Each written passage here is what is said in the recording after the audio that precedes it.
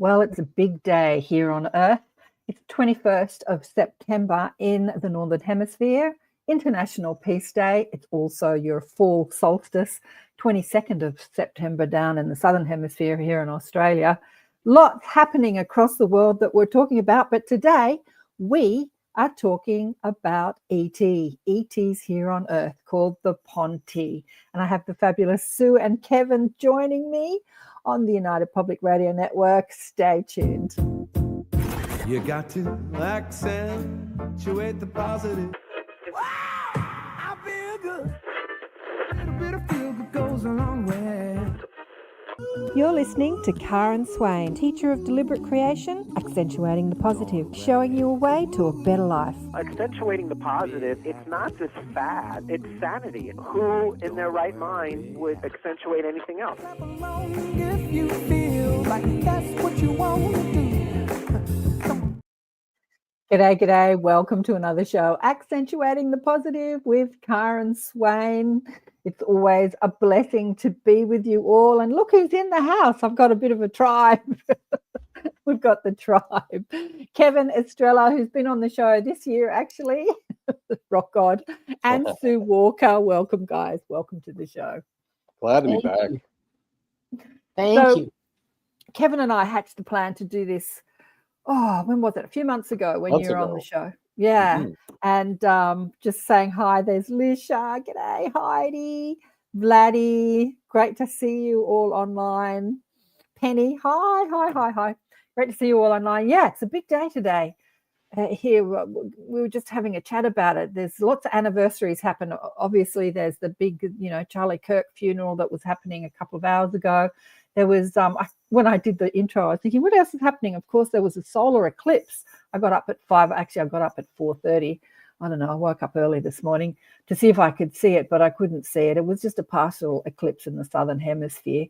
But yeah, there's an eclipse, a solstice, a live funeral people are tuning into. And what else, Sue? What else is the anniversary of Tilcomb? Oh, today is the 12-year anniversary of the first time I ever heard Tilcomb telepathically speak to me.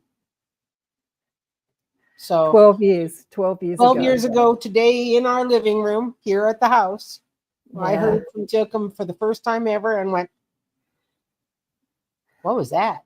Well, Alicia asked in the group, actually, she wanted to go over your story. I've had Sue on the show several times. Let me just share my screen. I'll show you. Here we go. And we have been over your story, but we've got a new audience today on the network, on the United Public Radio Network and the UFO Paranormal Radio Networks. We're streaming on 107.7 and 105.3 FM. But Sue's story is quite amazing. But this is on my website, inviting ET telepathic communication with a group of humanoid grey beings who call themselves the Ponti. And I'll tell you, well, Sue can tell you why they call themselves the Ponti. But if you want to hear the full story, just go to the link I've got in the description and you'll see this page where we have had lots of chats with Sue.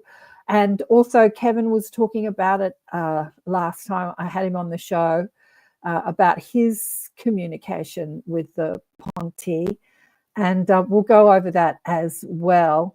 But let me just tell you a little bit about Sue. So, as we know, Kevin's a rock god. As the band. As the band. Oh God, I've forgotten the name of the band now. Something on Mars. What is it? Pyramids on Mars. Pyramids on Mars. Or sometimes they like to call it Kermit on Mars. Kermit. Kermit on Mars. And Sue's been known as an international clairvoyant and psychic medium for over 3 decades, probably about 4 decades now, isn't it? And has been featured, almost, on national and international television, assisting people. And and then you met Otter, and you went and visited him in New Mexico, and everything changed. Do you want to just tell us briefly what happened? Before I met Otter, I'd been an experiencer from the time I was about 3.5 or 4 years old. Wow. And I had an intense amount of experiences in 1998 to 2001. And so many ships leaving from my backyard that I forgot how many there were. And I would dress in warm pajamas just so that in the wintertime, if I woke up out in the backyard, I'd at least have something warm that I was wearing. But I begged whoever was in the ships to please just talk to me. And they didn't. And I just was frustrated with that. It wasn't until I got down to New Mexico to visit Otter's house for the first time ever here in the Albuquerque area. And I'd been here 10 days, and we were watching television in the living room, and a voice started talking that I had never heard before. Long story short, the voice was coming from under the Sandia Mountain, and 2 months later, I asked this voice what its real name was and where home was. And that's the first time Commander Tilcomb gave me his name and introduced himself as somebody from the planet Pontel, orbiting the further of the two stars of Zeta Reticuli. And that started an incredible conversation for a year and a half with Tilcomb. We just talked to him about all kinds of things.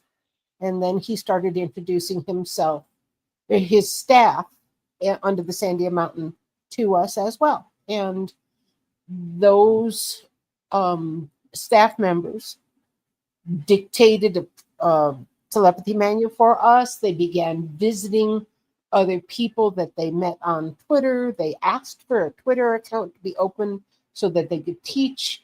They asked me to start drawing so that I could illustrate for the public what they looked like and how much they were like us. So that was kind of how it started back 12 years ago.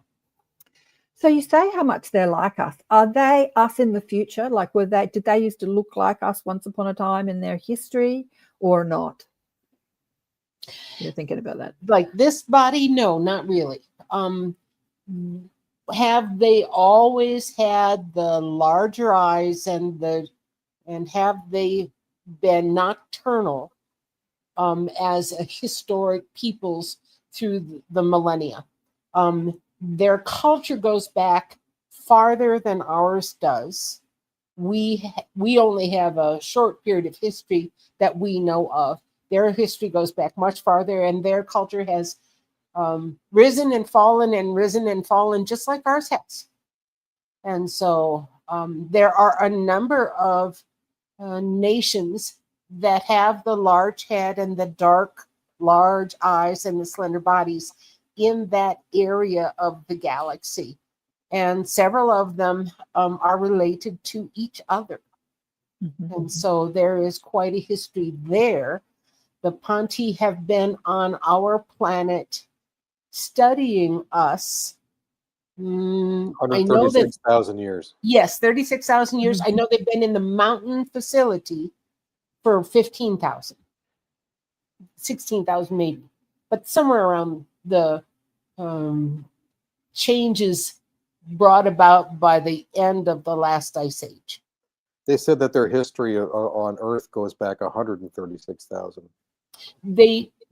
I think you're right. I think I've got that wrong.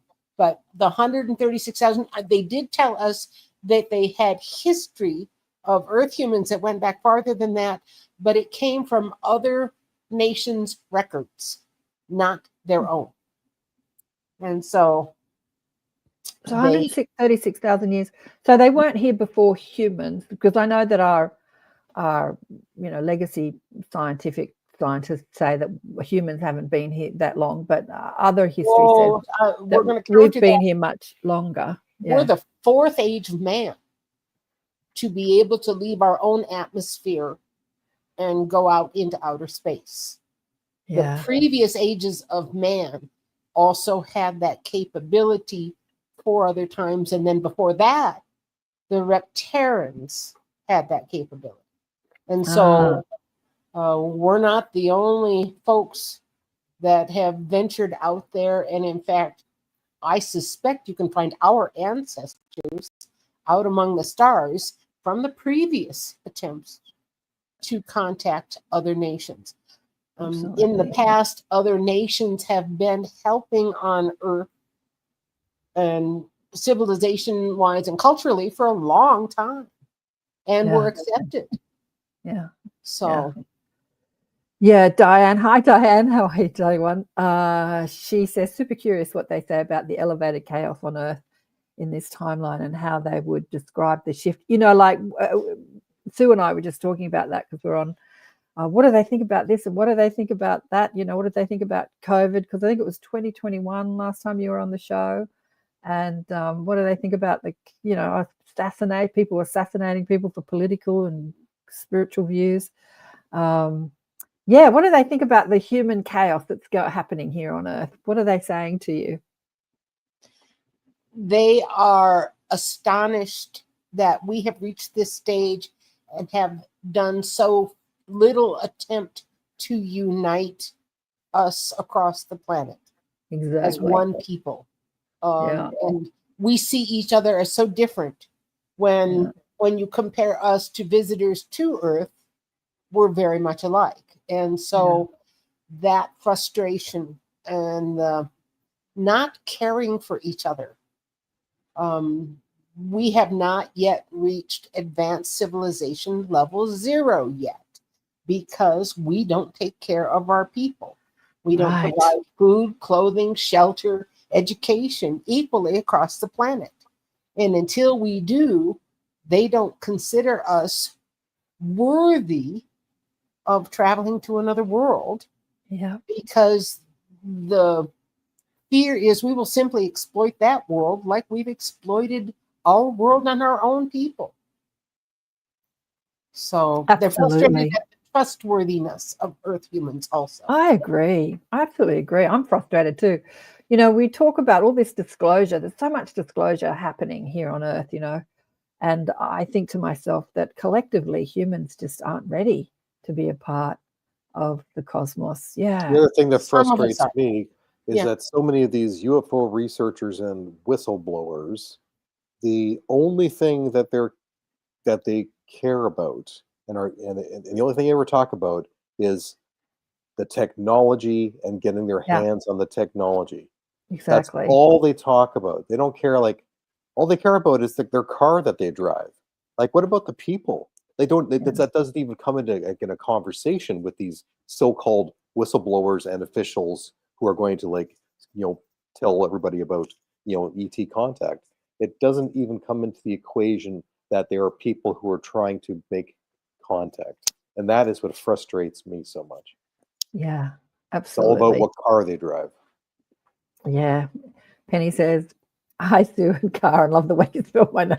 It's hilarious. Kevin, do the Ponte enjoy company of the Sasquatch people that you are in contact with too? Love you, says Penny. Very much. The Ponte and the Sasquatch nations around the planet recognize that they have a similar sense of humor.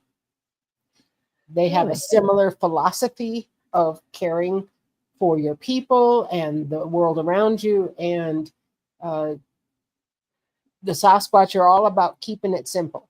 And the Ponte and the Sasquatch, in fact, our friend Radar knows a number of the Sasquatch that are clan members of the fellow you see on the screen right now. He's a New Mexico Sasquatch person from the Valles Caldera, which is an extinct supervolcano. We got to go there 2 years ago. Yes. Kevin was just there. Yeah, in fact, Sue and I, we went on a trip there. It was so awesome. My mug says Valles Caldera on it. How cool is that? So it's, yep, there you go.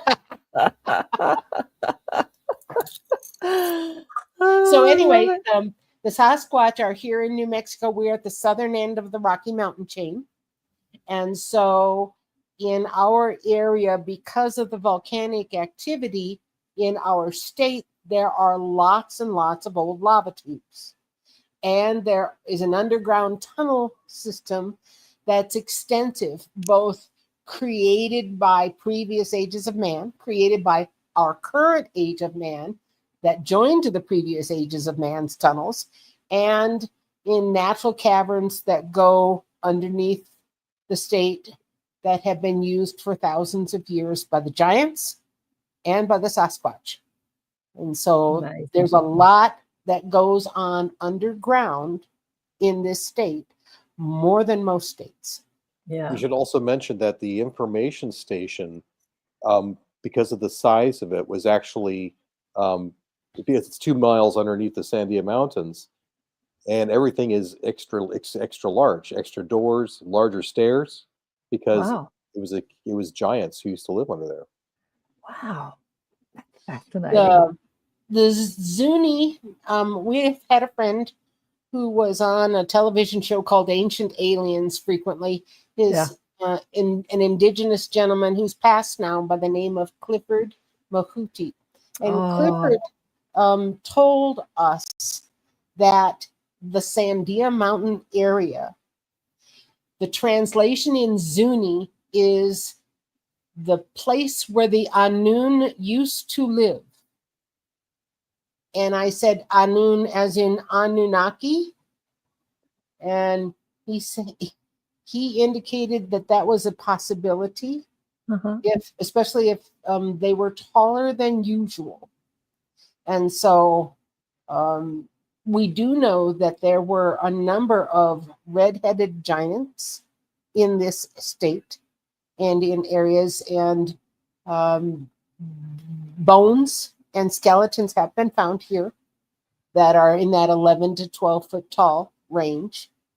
And then very quickly confiscated and taken. And it's a big story online. A lot of people say that it's, you know, conspiracy theories or crazy people, but there's masses of, you know, if you put in giants into something like YouTube, there are just so many people talking about it. But the mainstream science says it wasn't possible. But if people are talking about it, then it's happened, right? I mean, all these people talking about it. Something is going on when you hear the same story across several continents. Exactly. And Penny says, love Clifford. Yeah, I remember years ago, Sue, you asked me to put Clifford on the show. And I said, oh, yeah, that's a great idea. And I just didn't get around to it. And then he left his body. So we'll have to put him on the show psychically, which I often do. But I want to get into how you guys... I had one comment I wanted to make about, we talk about the giants and we talk about the Sandia Mountain Information Station. I have one memory that I was allowed to remember of when I was picked up and taken to the Sandia Mountain. And what I remember was, I think it had to be in the hangar bay. And a whole bunch of us and our friend Wookie, he was with me because I remember hearing his voice, him laughing. I also remember UFO researcher Grant Cameron was here, and we were walking up these steps, and these steps were quite high. We had to like crawl over top of them, these steps. They were going up to this top of this hill, so to speak. And I remember Grant Cameron actually almost lost footing, and we had to catch him because he was going to fall backwards. But I remember when we finally almost got to the top of the mountain, there were two Ponti. It was Tilcum and Radar. And Radar jumped up on the top, and he's going like this. Like if he has a Gatling gun shooting us all down off the top of it. and everybody is just laughing. That was one thing they allowed me to remember, but I remember these like tall steps going up towards his top. So I just thought I'd share that with you. It's a funny story. That is a funny story. That's all I remember.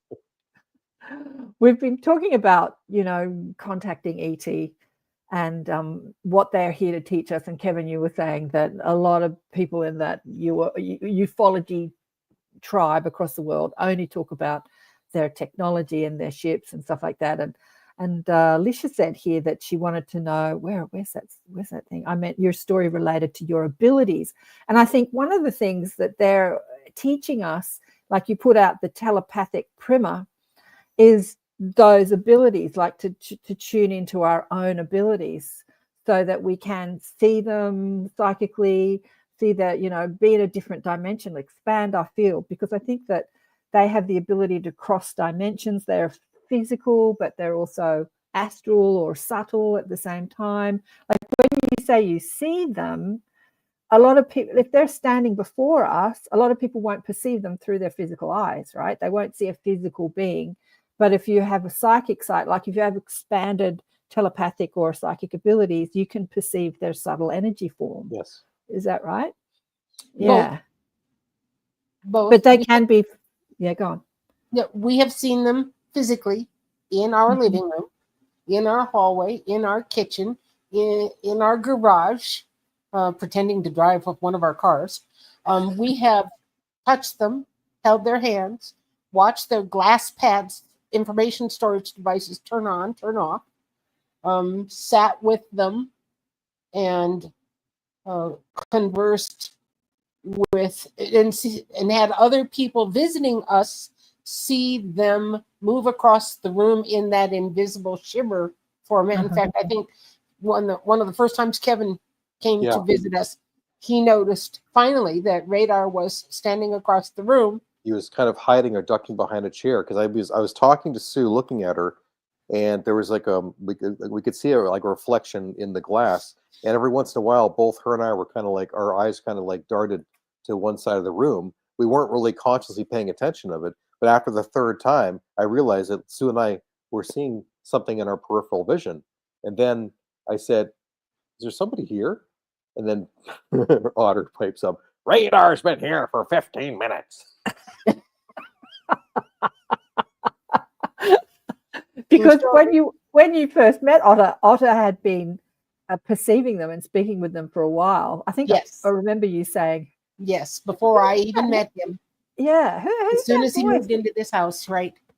And he's just like like Kevin said, "Oh, that's just the people that live in the mountain." Like he was so matter of fact about it, wasn't it? Did he call them the Ponte? Did he know their name was the Ponte at that stage?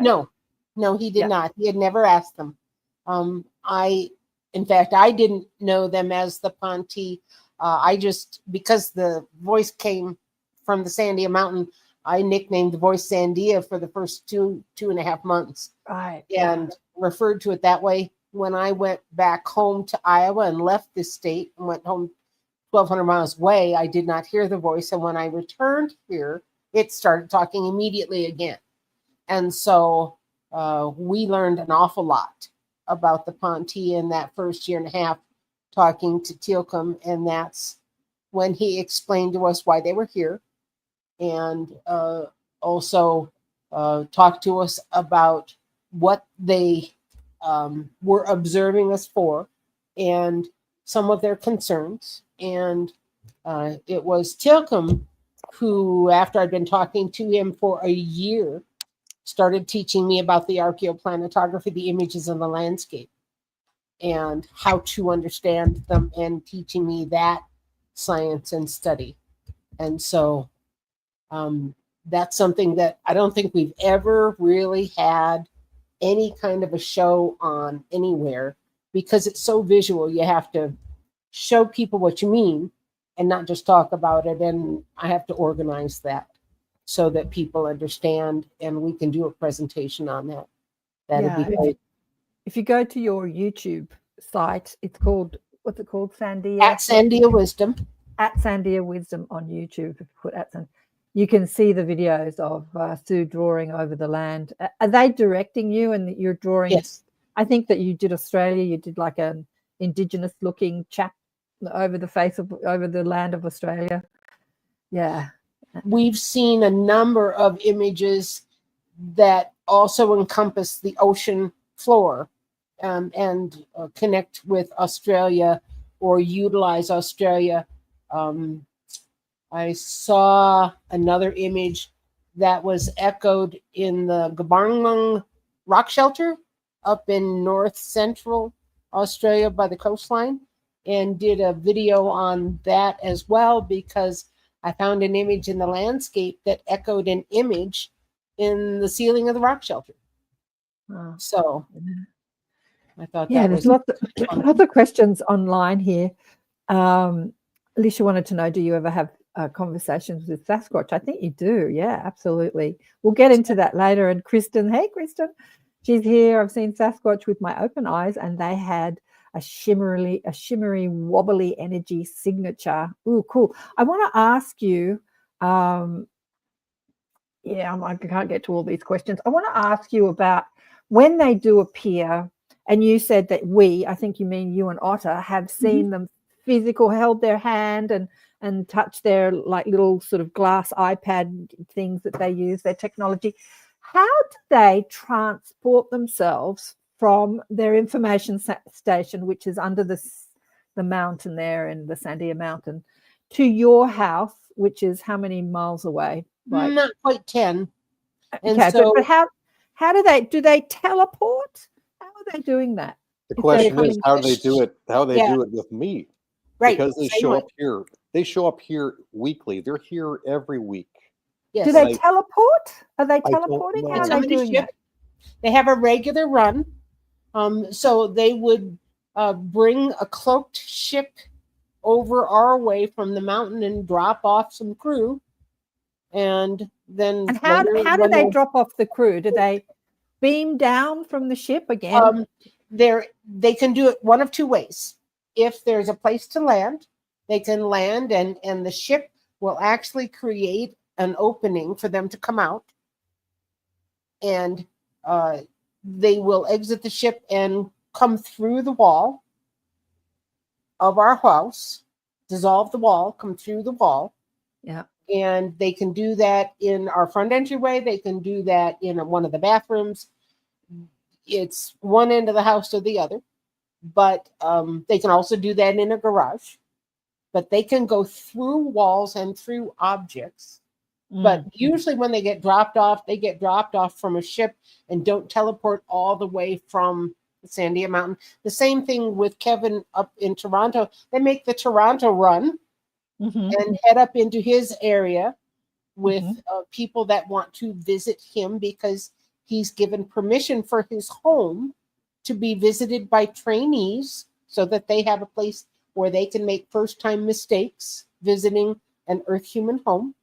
And our home is the same way. We have other people who are regularly visited by the Ponte who have also given permission for trainees to come to their homes. And they tell us all kinds of stories.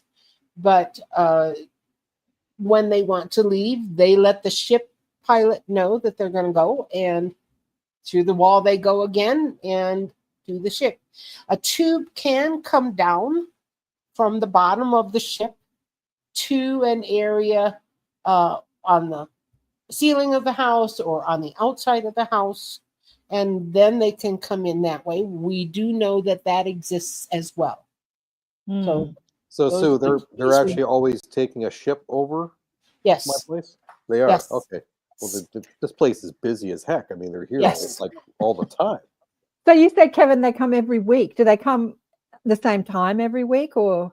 Usually they know when I'm playing my PS4, and within about 5 or 10 minutes, they're like bumping the back of the couch, like, "Hey, dude, we're here." They just want to get in with the game, you know. And But can they? I guess that they can come a few different ways. Can they project their consciousness over, or like be in an astral form? I mean, if they're coming, sorry, go on. I don't know, because like Yeah. I don't see them, but they will bump the back of the couch and they'll let me know that they're there. Sometimes they'll even tap me on my shoulder, but most of the time it's just like a kick in the back of the couch. Yeah. So if they're only speaking with you telepathically, they don't have to leave the mountain to do that. Yeah. If they are wanting to pick things up, touch you, bump the back of the couch, all of those are indications that they are physically present. Right. Does that make sense? Okay. Yeah, it does. And so when they're physically present, I was talking about this with Penelope. Was it on the last show? Well, I don't know. Last show or the show before, we were talking about who's an animal communicator. She's known for being an animal communicator, but once you've got telepathic abilities, you can talk with anyone and everything. So we were talking about Sasquatch as well, but I've lost my train of thought. Right. Yeah. We were talking about Sasquatch, and we're talking about their ability to be interdimensional, to be able to adjust their frequency so that they can appear physical to the cones and rods in our physical eyes, and then to adjust the frequency so that they become invisible to the cones and rods in our physical eyes. They're still there. It's just that we can't perceive them. So do the Ponti have that same ability that they can adjust their frequency so that they can move in and out of the visible spectrum of our physical eyes? All right. And here's where I know that some of their invisibility and cloaking is using a device. Okay. And I know that in order to dissolve a wall, to enter into one of our homes, there is a device used. They're not just phasing in and phasing out innately. Does that make sense? Yep. But is there, with training, an ability for them to phase in and phase out of our dimension? That I don't know. I cannot say that I have ever gotten a confirmation on them from them that they can phase into our view and phase out of our view innately like the Sasquatch can. Ask them. What are they saying? The Sasquatch are transdimensional. I don't know if all of the Sasquatch nations are, because there are several different subspecies. We'll put it that way. But I can tell you that there are varying abilities of various extraterrestrial and extra-dimensional nations, and some do need help going through walls, some do not. Some do need help going invisible, and some do not. Some do need help going transdimensional, and some do not. So because the Ponti actually use craft to go from point A to point B, I'm going to say that they would need a device in order to phase in and phase out, would be my first guess. They're talking about it's a level of mastery of consciousness, and that different species have different mastery of consciousness. I'm thinking about I've gone blank. Hansen, Suzanne Hansen, who's a New Zealand, Susie Hansen, who's a New Zealand contactee, and she was up on the ships when she was a child. I don't know if she still goes up, but yeah, and they were teaching the children, human hybrids and the grey children, about consciousness. There were a lot of lessons, a lot of schooling around consciousness, and just doing exactly that, what we're talking about, shifting your frequency so that you can dematerialize and rematerialize. And yeah, they had amazing skills. And I was just wondering, because she wasn't necessarily with the Ponti, she was with other greys. We just call them greys. I don't know what they call themselves. I think humans have names that they don't have. They don't like being called greys. Did I hear somebody say that? Yeah. Yeah. No, that was one of the first things that Teokum explained to us and made a request. Please don't call me a gray.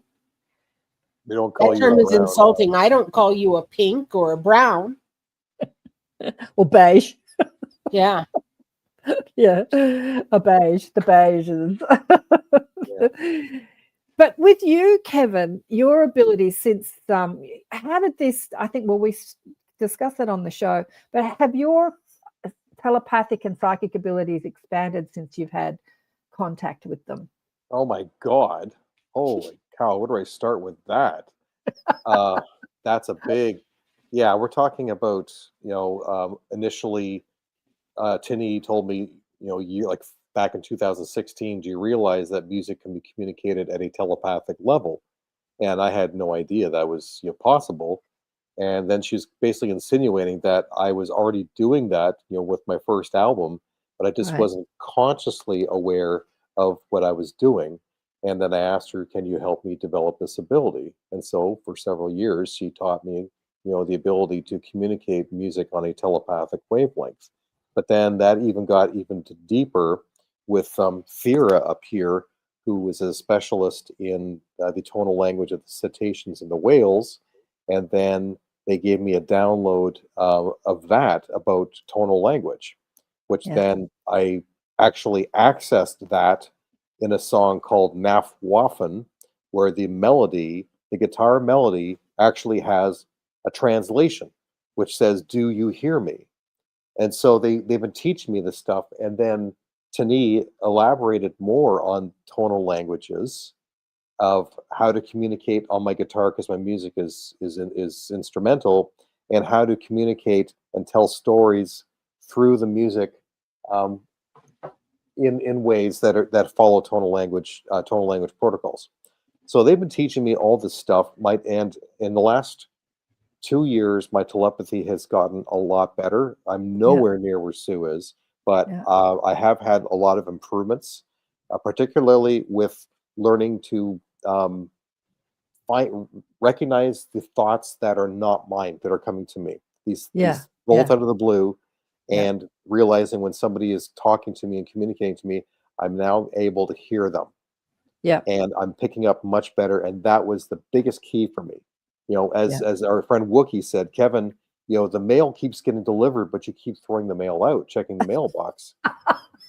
That's funny. So I had to learn how to stop throwing the mail out and discarding the mail that was coming. So basically just discarding sort of those random thoughts and just like, that are coming, and then no one is talking to me. Well, we just talked to you, but you threw the mail out. So now I'm able to recognize this, and it's getting a lot stronger. So I'm really happy about that. But also, what we're talking about, like the Ponte have given me multiple downloads, and it was about 3 years ago that I started to astral travel. And so then I started to develop this ability. One just does not wake up one day and starts to astral travel. It had to be some kind of download the Ponte gave me that I eventually unlocked and learned, and started to learn disability.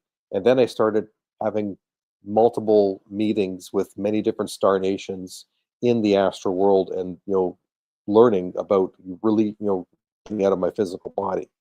So it's been absolutely amazing, the abilities that I've been learning, that they've been teaching me, because I want to be a student and I want to learn from them. It's just a matter of asking. There's so much that they can teach us.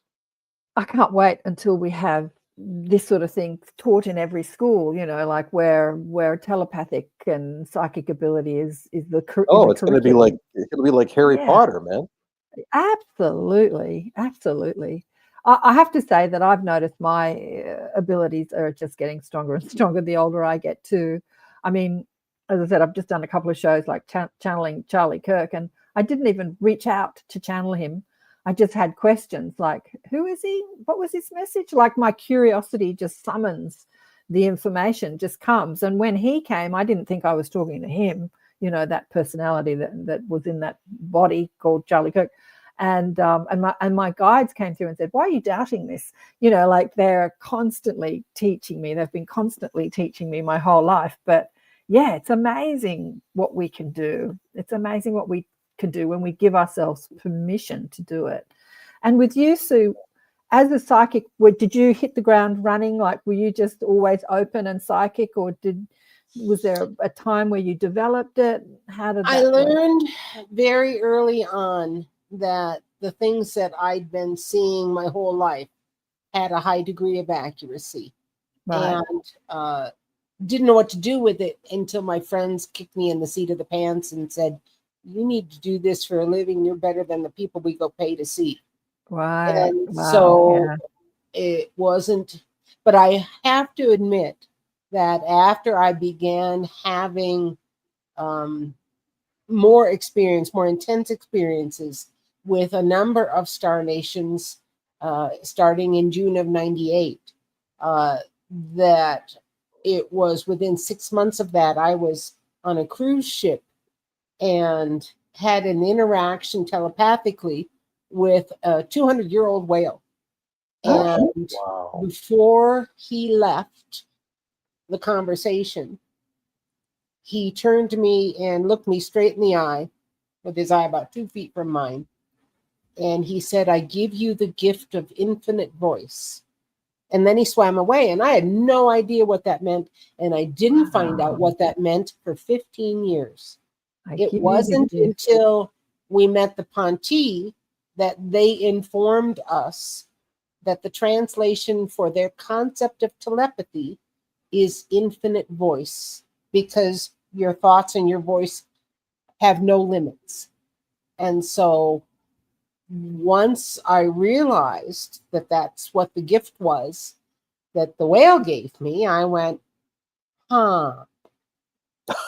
So, and then on top of that, Tilcom assigned us to me as a telepathy instructor so that Otter and I personally would improve, and that the book that she wanted to dictate the Telepathy 101 primer for everybody would be understood, so that people across the world could use the same methodology and improve their telepathic reception. They have let me know within the past couple of weeks that as ships approach Earth, more natural telepaths and more trained telepaths will be needed to be intermediaries between the star nations who are telepathic and we Earth humans. So Wow. we'll see what all comes of that. But anybody who has improved their telepathic skill set may be tapped on the shoulder to say, can you help? Yeah. Yeah. That's amazing. So, Kevin, are you having telepathic communication with them daily, or? I still have a hard time hearing them, but I'm having a lot more telepathic communication with other people, other humans, where I'm answering their questions before they even say things. Yeah, yeah. Or all of a sudden I'll pick up my phone and realize a friend of mine is typing to me, and I'll go on there and he's already typing, but he hasn't said anything, and I'll say, "Ping, got you first." So, and I'm picking up on other people. I'm answering people's questions before they even say it now. It's happening a lot more, and I'm hearing them. Like I heard you before you even said it. So yeah, it's freaking wild. It's cool. It is wild. I did that. I was at a cafe down the road with a couple of friends, and my girlfriend's sons are musicians, and they got her and her friend to be in their latest video, right? And they gave her this hot pink cowboy hat. And so we were sitting at this cafe and she was wearing that hat. Anyway, the guy that owns the cafe came out and he was chatting to us, and then he was walking away and he said, "Can I just say something?" And I just said the words like, "You love her hat." And he's like, "I love her hat." But it was pretty obvious he was going to say that. But yeah.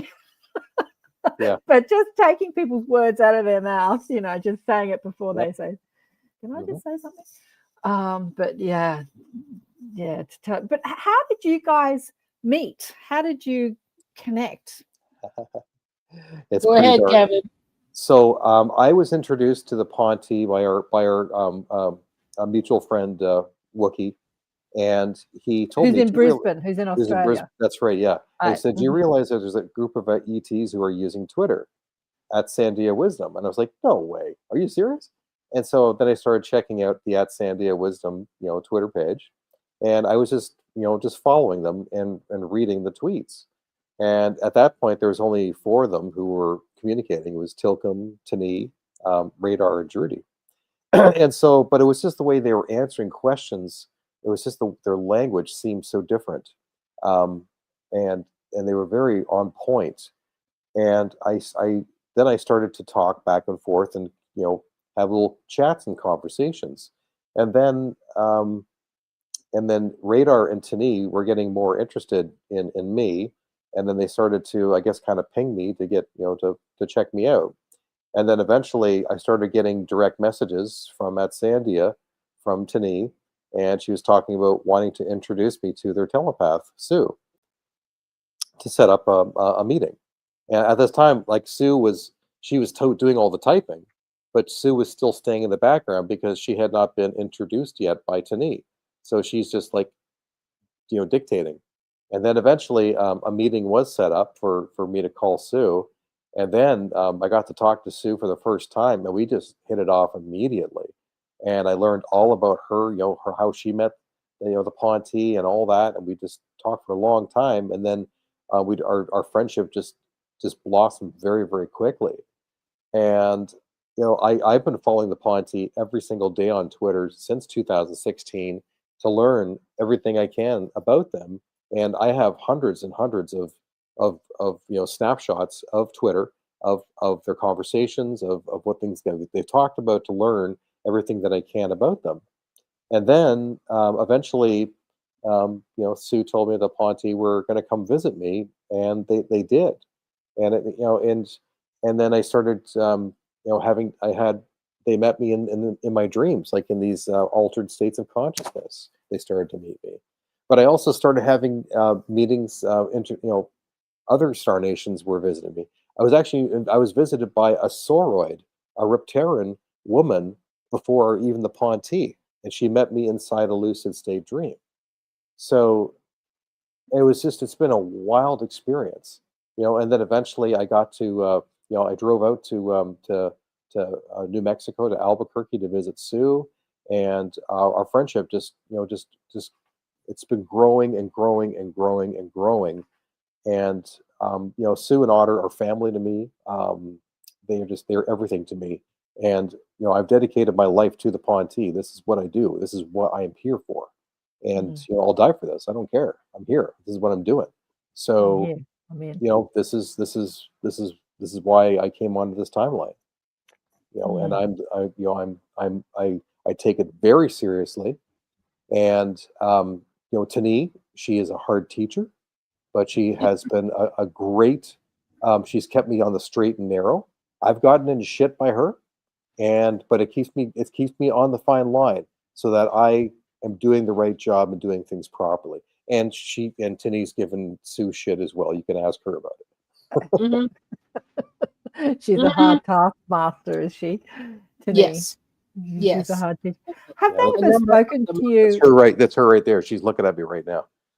Have they ever spoken to you about disclosure when this becomes sort of normal for people, when we do have classrooms and they're teaching us about our psychic abilities? Like, have they sort of put a timeline on that when this becomes, we're not called crazy anymore, or even psychic people are not called crazy anymore and making it up and all that sort of stuff? The timeline that we are aware of, the original timeline was 2021, and that changed when the Federation changed the stipulation. But we have heard several things from the Ponte, and they have kind of a window of time between now and about 2040 where they expect our sun to give us enough problems that we may lose, we have a potential to lose our electrical grids and our satellites, and put our first world nations back a number of decades, if not centuries. It would not be a quick fix if our electrical grid went down because of problems caused by the sun. And so that window of time is 15 years. However, the ships that are entering our solar system from outside the solar system and approaching Earth are there. We have a number of envoy ships on our way to Earth, very slowly, very carefully, as well as hospital ships and other ships outside of Neptune's orbit and in the moons of some of the gas giants, in order to be prepared for the changes that our sun is going to go through and the potential devastation it could mean for the population of Earth humans and the population of other sentient beings on Earth right now. So the last time we had a huge disaster, 7 separate star nations were immediately here to help. And those same star nations are here already again, knowing that at any point in time, our sun could sneeze in a bad way, send plasma our way and a huge CME, and you and I wouldn't be able to talk on the internet anymore. Yeah. It's been predicted by many people. I even had some guy on the show years ago who's a scientist. He'd had an NDE, but I don't think he was too much into sort of ET contact. He might be now. But I remember talking about that, and he said, yeah, in the scientific community, they all talk about that, the sun. It's not just sort of an esoteric, prediction, channeling type of thing, because a lot of people are talking about it. Dolly, talks about it from the light gate. Yeah, that the sun is going to do something crazy. So that pushed back the timeline of disclosure, basically. It pushed it back just a hair, but everybody that has come to help our planet is arriving with assistance, although the Ponte have said to us point blank, there is absolutely no way for the star nations that are coming to help to rescue almost 8 billion of us. There is no way. We have to understand how to make ourselves safer and where to go to do that. And underground is the safest place when the sun is sneezing flotsam and jetsam in our general direction. It's not going to be good, and it's not going to be safe when our magnetosphere takes such a hit. Even now, I don't know about where you are in Australia, but here, our UV index after about 11 in the morning gets dangerous to be outside now on a regular basis. And so we spend a lot of time. I have a huge backyard garden. Kevin can attest to how much work we put back in the garden. And we cannot be outside in full sun working after about 11 because it's dangerous for our skin. Skin cancer in this state is a huge problem. And we live at a mile-high altitude in the thin air with almost no humidity. Yeah. I'd love to talk to you about 3i Atlas too, but I'm just going to do a station ID break. You got to act. Wrong one. You're listening to ATP Media, Awakening and Expanding Consciousness with Karen Swain on the United Public Radio Network and the UFO Paranormal Radio Network on 107.7 FM and 105.3 FM. Syndicated radio hitting about 120 countries and streaming on 8 platforms. And my guests today are Sue Walker and Kevin Estrella, and we're talking ET today. We're talking about the humanoid, what we call, they said, don't call us greys that are called the Ponte, from Pontel, which is a planet in the Zeta Reticuli constellation. Is that right? Mm-hmm. And they are living on Earth, and they have information stations all over the world, don't they? They have them, one in the Sandia Mountain, which is near Sue. And they have them here in Australia as well, I think, don't they? You have an underwater facility in the Tasman Sea. And so the Tasman Sea base would be the local facility. Other than that, Myanmar has a physical facility like the Sandia Station in the mountains. Tasman Sea is where where Thera is based. Yes. She went down she did a tour through the Sandia Mountain Station and then went to settle in the Tasman Sea base. So Thera is there. We know that there are 4 aquatic facilities and 4 land-based information stations that are managed by the Ponte, but they work underneath the Federation. Okay, fascinating. I want to talk about the Mer people too. I've just watched a show on Disney called Sirens. I started watching it a few years ago and couldn't get through it, and then I sort of persisted, and it's sticking to my brain. It's all about mermaids, and the way that they've depicted the mermaids, the mer people. But what are they saying? Yes, there are several species of merfolk, Duty says. Yeah, I guess that it. Mm-hmm. There are a number of sentient aquatics, more than just cetaceans and whales and dolphins. Octopus would be considered sentient. The deep ocean water blob amorphous moving peoples that are in the deep 2 miles down ocean are considered sentient. They speak with a light language because their skin lights up in patterns. Wow. The octopus you can find on other worlds. Cetaceans you can find on other worlds now. Yeah. I'm not sure that they originated here, but our oceans are a source of great interest to visiting nations because we're a water world and it's a lot of ocean. Yeah. Yeah. Amazing. But what are they saying about 3-Eye Atlas? And for people that don't know what 3-Eye Atlas is, who wants to explain it? 3-Eye Atlas is the designation that we have given of an object that has come from outside of our solar system and is on its way to close approach to Earth. Okay, so it was alerted to us because of its close approach, and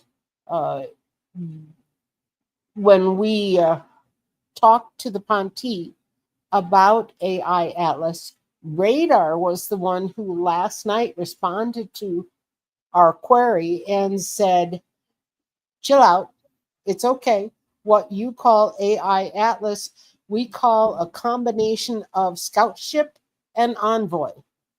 And it's on a very slow approach. And he said, everyone but everyone, meaning Earth people and not Earth people, are watching the militaries around the world and their reaction to AI Atlas.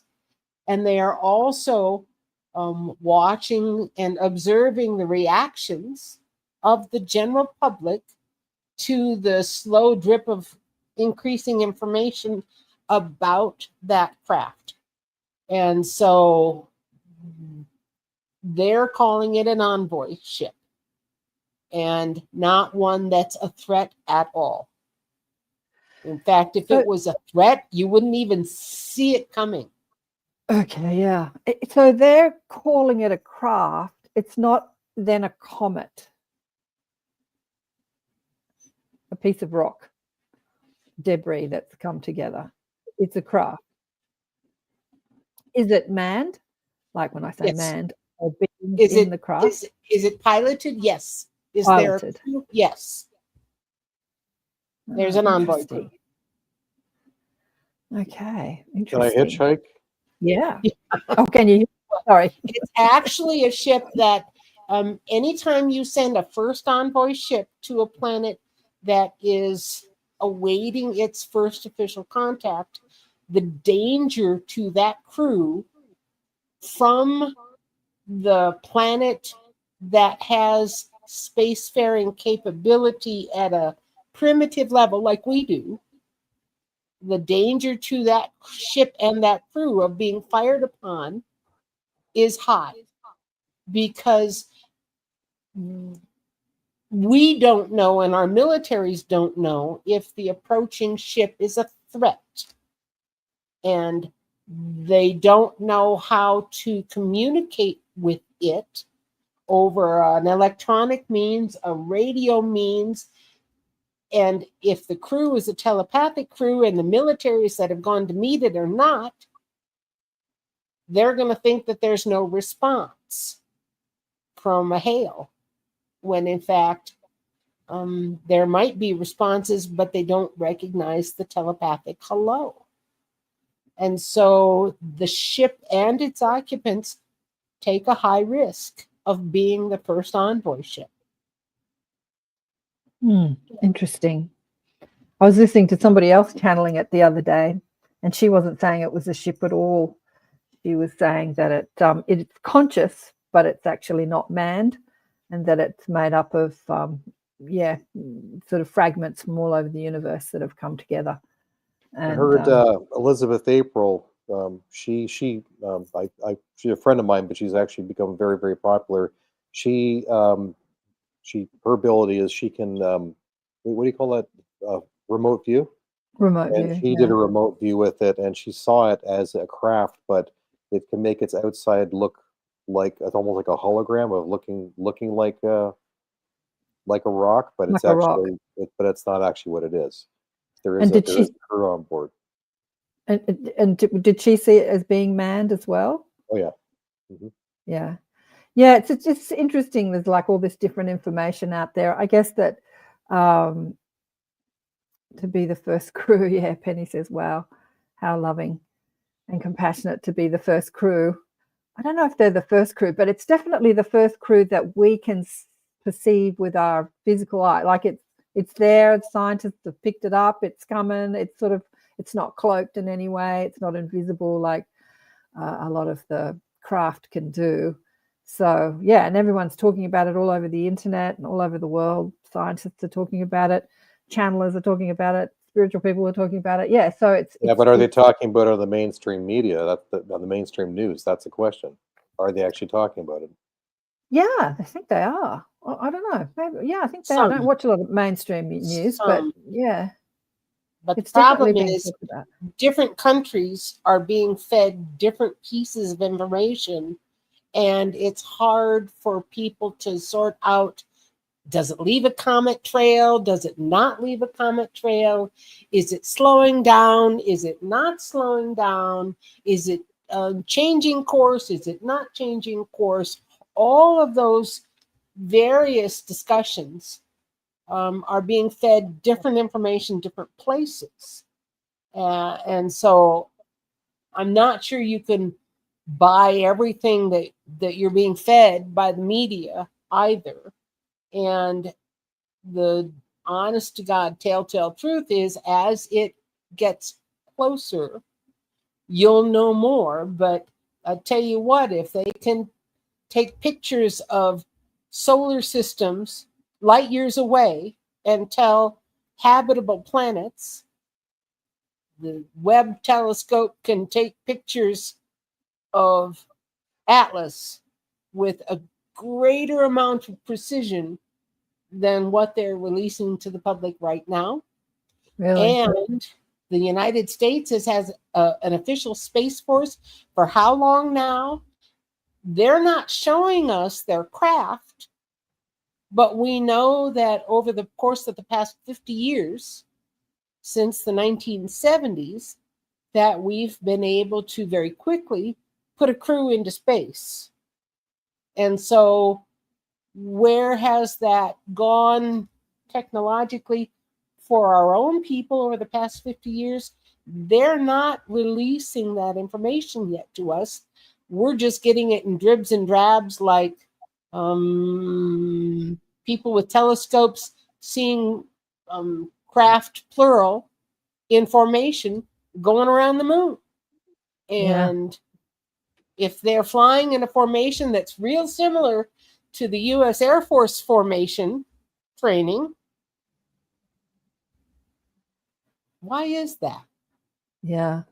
Buddy wants to know, what was the human name of the convoy ship? What did they call it? AI Atlas. Oh, that's what we call it. But what do the Ponte call it? They just called it a combination of an envoy and a scout ship. They didn't name it. Didn't want to confuse people with more than one thing at a time. I think radar was more about telling people that they shouldn't freak out than about the people or the crew or the pilots or whoever. But I think that there's a lot more going on that we are not being told. Always. That's why we have to develop our own intuition and telepathic ability. I have not tuned into it. I've been fascinated just looking at what people are saying online but I haven't tuned into it. I haven't really asked even what it is, but I just see a lot of people talking about it. What fascinates me are the mer people. I want to go more into the mer people. Yeah. So, there are several species. are they living some here that are on native. Earth? Yes. Several species. The Zetas have a form of aquatic variation, but they also have other sentient aquatics come from various worlds to interact with our sentient aquatics. And some of those would be considered merfolk. And some of those are so borderline, it's hard to be able to say, if they have a tail and arms and a torso and hands and hair, then the hair, I guess, is questionable, but a body configuration that looks humanoid from the waist up and fish from the waist down, there are at least 5 different sorts here. Here on Earth. Because these are the beings that, I mean, Sasquatch has been photographed so many times. Obviously, there's many legends and myths about the mer people, the mermaids, as we call them, but there hasn't been any sort of evidence at all. Like, all the evidence online is all fake stuff. Just all fake stuff. You can tell it's all fake. But, you know, with other things like Sasquatch, there are many real photos of Sasquatch out there, many. And even with ETs, there are many real photos of ETs out there. You can tell what's fake and what. But with the mer people, not. I remember Garnet Schulhauser, who's been on the show many times. His spirit guide takes him around the cosmos and introduces him to all sorts of different things. And he spoke to what he called a mermaid. And he said that they have an even better sense than the Sasquatch of depicting human frequency, and they know how to get out of the way. Like, the Sasquatch have a good sense of depicting us, of feeling us around them and getting out of it, but not as good as the mer people. I can't remember exactly what he said, but this is the reason they haven't been seen or photographed. What did the Ponte say about the mer people? The merfolk spend most of their time in waters and locations where food is plentiful for them and their privacy is maximized, just kind of like the Sasquatch do. And so there are locations where you will see heavier populations of merfolk that borderline on saltwater, freshwater, like the mouth of the Amazon, or you will see more salt water around the Polynesia areas. They have in Central America places where rivers meet oceans, where they've got carvings and stelae of mermaids in a number of cultures. And so the Ponte indicate that the merfolk don't like Earth humans, don't like the noise that we make, don't like the treatment we have of our oceans, don't like the garbage and the dumping and the poisoning of areas. Fukushima. And so all of those things have made the merfolk more bitter about the care or lack thereof regarding their home. And the Sasquatch are likewise. They don't like it very well either, our care for their home. I know, us humans, we got a long way to go. Anything you want to say about that, Kevin? No, I agree. We, why they still want to have OFC with us, I still question that, because we are still very primitive and still have a long way to go. Like, what is it going to take for us to get to the next level? Like, we got to break through this. You know, Yeah. it might be a cataclysm that takes out the majority of the populations, and then the remaining, populations, the ones who are, I know, they're going to take a lot of us off the planet, to rescue us and try and rescue as many as they can. Does it really have to come down to that to come up to a new age of man? Like, Yeah. what's going to happen? What's going to be a breaking point for us to get to that next level? It's a catch-22 right now. Absolutely. Absolutely. Occam's razor, I think it's what you want to say. Occam's razor. Yeah. So the Mer people, you said that some of them are like human looking, and some look more like the Ponti, I should say. Well, Or the Ponti have their own species. large-eyed, large skull variation on merfolk. A number of the merfolk are more pale or run different colors from skin tone to scales. Yes. They do come up and breathe air and have lungs rather than gills for the most part, although there are some that have rudimentary openings in the neck that I suspect are breathing apparatus or a smelling apparatus that we do not have. So somehow they have a way to taste the water. I know that much. The merfolk tend to be telepathic and verbal at the same time, kind of like the cetaceans are telepathic and verbal also. To my knowledge, the merfolks are not transdimensional. I'd have to have somebody present me with information otherwise. But as far as I know, that they are physically just in this dimension, although not everybody is from here.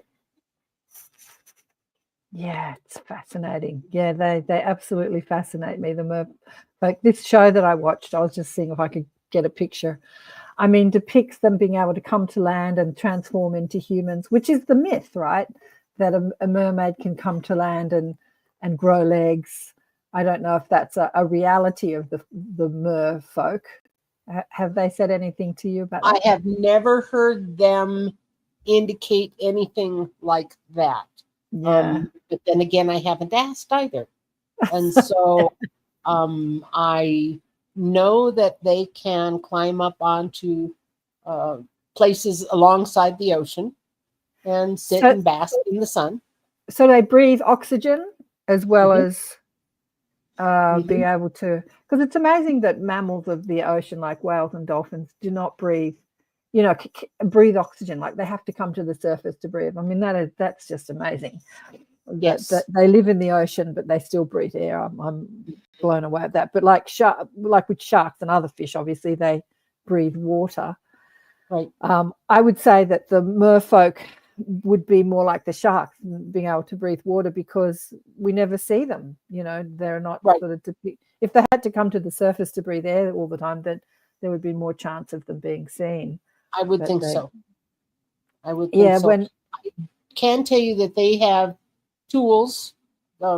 Their spears have been found by fishermen, and so they do arm themselves to catch things or defend themselves, one of the two.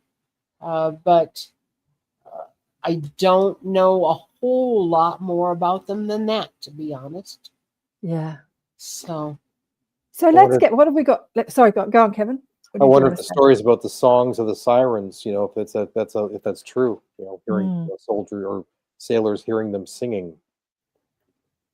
Yeah. The songs are real. The singing is real. The attraction, because most of the voices that are heard by sailors are female, not male voices. Or they ascribe it to female only because of the soprano nature of the voice. So, but that doesn't mean that all merfolk are female or all vocalizers of the merfolk are female. It's just what our sailors over the years have reported as an attraction to them. And I suspect that that attraction may be partially a telepathic drawing in as well as the song. Yeah, I exactly. think they're enticed. Yeah. So getting back to their message, what else would they like to share with humanity now that we've got you online, about where we're going and what to do? Let me see if anybody over there has got something that they want to talk about. Hang on just a second. Hey guys, Karen's asking.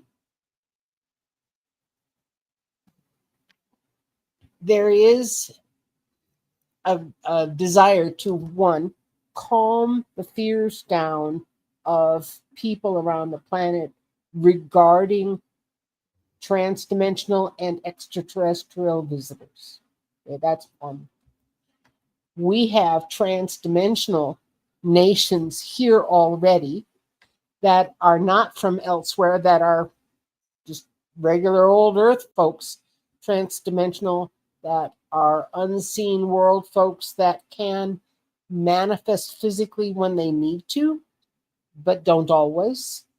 The Sasquatch, the Dogmen, they are not the only ones, but not all of transdimensional nations are considered nice, the moral, the same ethics that we have.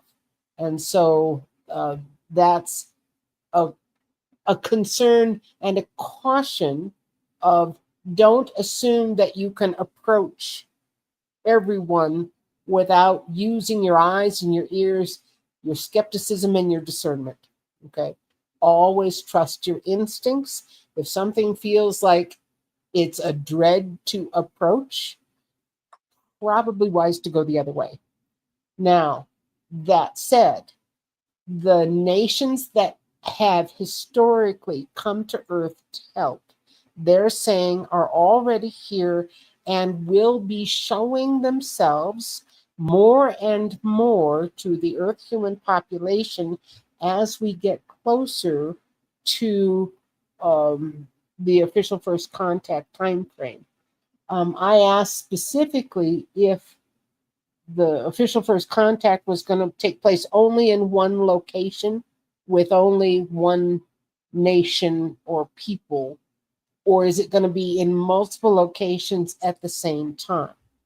And the initial connection with an extraterrestrial nation meeting an Earth human nation, they assume if they tried to land on Earth at the moment without talking to somebody, that they would be met with military force. They also have consulted historically old records for Earth, as well as first contact records for other nations who were still aggressive and militaristic like our people can be.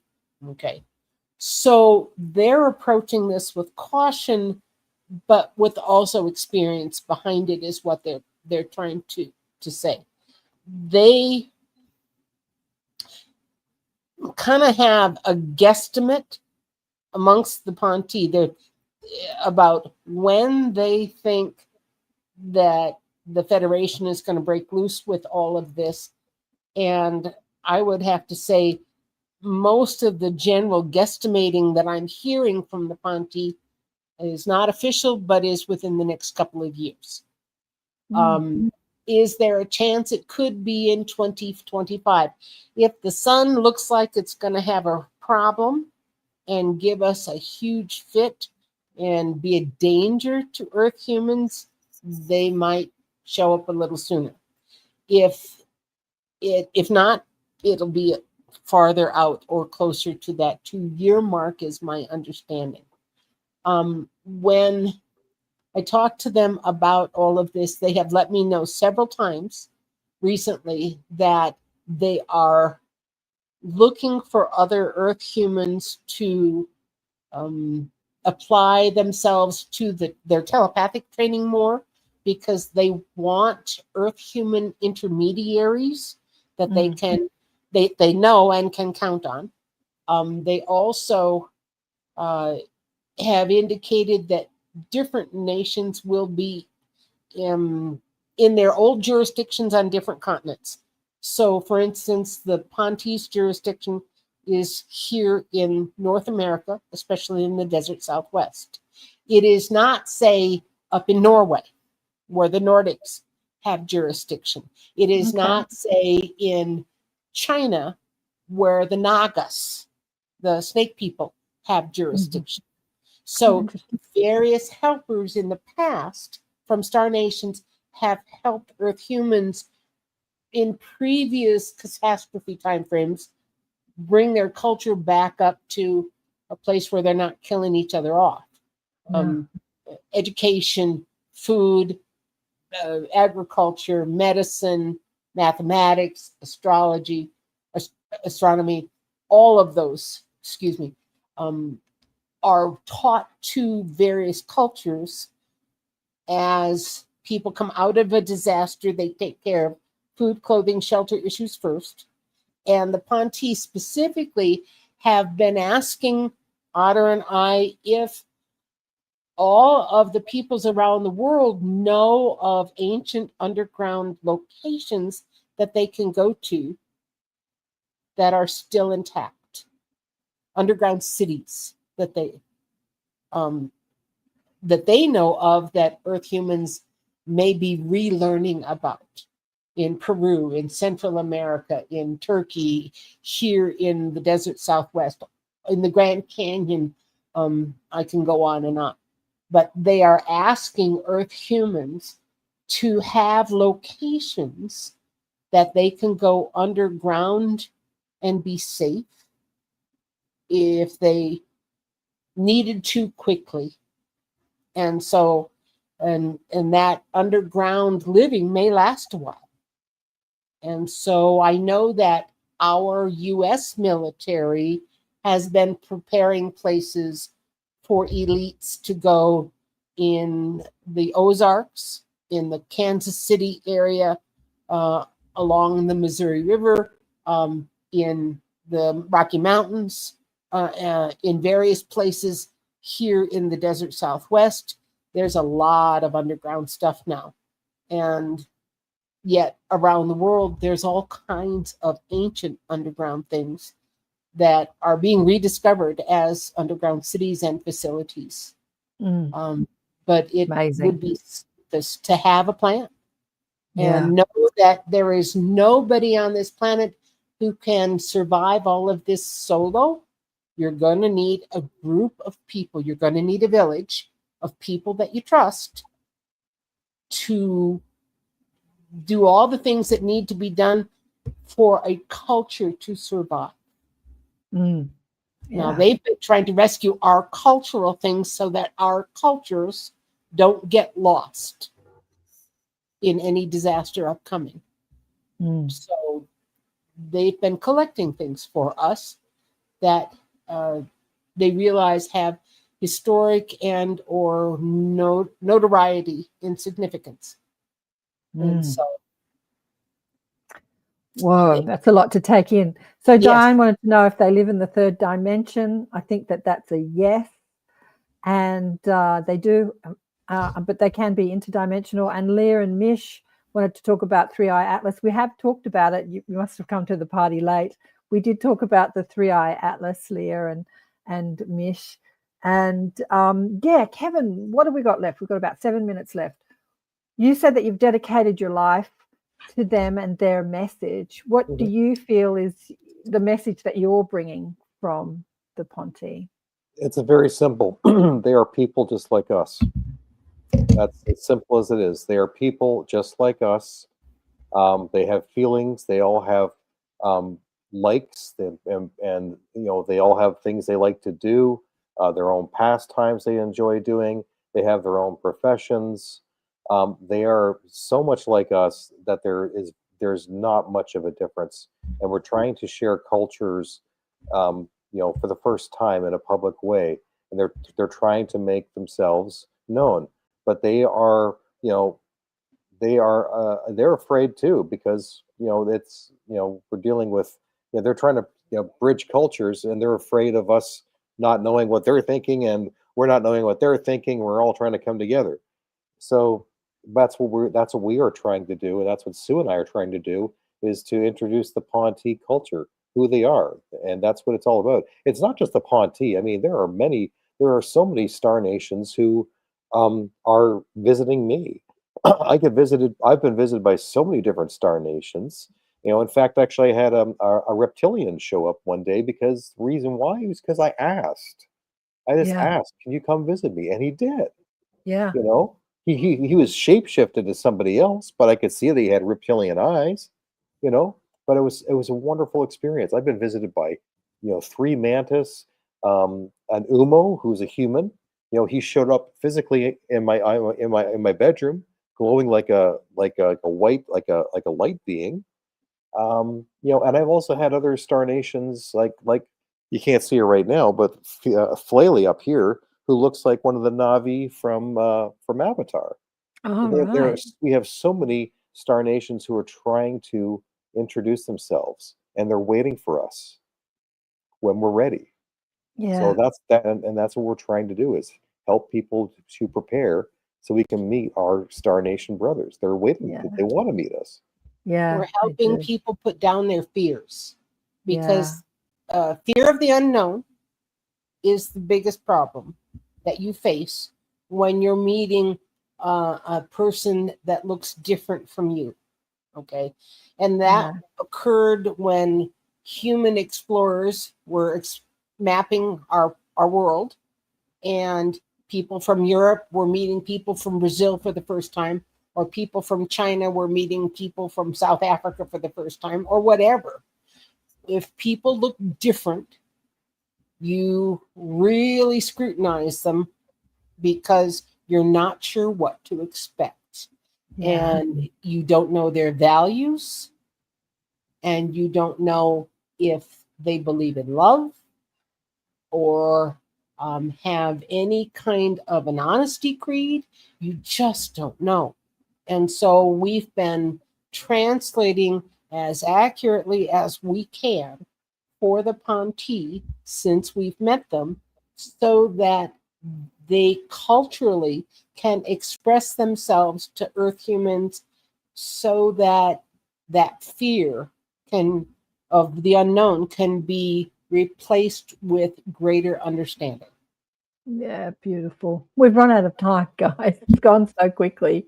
I love what you said about there are different species have different jurisdictions on Earth, like the Nordics have what about, we've run out of time. We've got 2 minutes left, but Clifford, I've gone blank on his Walking with the Tall Whites. Not Mahudi, no, the guy, Clifford Charles Stone. Hall. Charles Hall, thank you. Sorry, getting my names mixed up. Charles Hall, Walking with the Tall Whites, because they were in the New Mexican desert too, the Tall Whites, weren't they? Yeah, Wookie and I actually went out there. We went out to Indian Springs, and we photographed the Tic Tacs, the exact ship that he described. So we've seen it Really? firsthand. Yeah. Yeah, wow, cool. Oh, guys, we've run out of time, but I wondered if they had jurisdiction of that area, or if they were just hanging out there, like the Tall Whites. No, they've had jurisdiction here for thousands of years. Who, the Ponte or the Tall Whites? Okay. The Ponte, the Tall Whites are found more in Arizona than they are in New Mexico, but you can still find them. Oh, it was Arizona. I'm getting my geography wrong. That's okay. It's right. Well, guys, it's been amazing. It's been absolutely amazing to have you both on the show. With 1 minute left to go, what do you want? What do the Ponte want people to know? Like, go to the Sandia, the ET on Twitter, and check out their Twitter account. They can find out officialfirstcontact.com. You can go there and download the free Telepathy 101 primer and read it and learn how to invite them yourself. And then at Sandia Wisdom on YouTube and Twitter. Yeah, beautiful, beautiful. Develop those telepathic abilities, and talk to them yourself. Don't rely on other people to talk to them. If you want to know the knowledge, develop your own intuition and inner knowledge. You want to have contact? You can have contact if you want it. Just get over your fears. Yep. Yeah. Yeah, beautiful. Thanks so much. And big love to Otter. Somebody asked in the group how Otter was, and I was asking Sue before, so I'll share it within the group rather than online. But thank you guys for all the work that you've been doing. How do I stop this? There we go, stop the screen. And thank you, Kevin, for dedicating your life to this mission as well as to your music. And Sue, thank you so much. It's been so You're great welcome. to have you. Thank you for having us. It's Thanks, always it's always a treat, darling one. And thanks everybody who've been in the chat. I'm sorry I didn't get to all your questions and comments. There were quite a few today, and it's always interesting to navigate people speaking, me talking telepathically and reading all your comments. It's always a multitasking cut. But big love to everybody, and we'll catch you next time. Thanks, guys. Thank you again. Bye, guys. Tick, tick.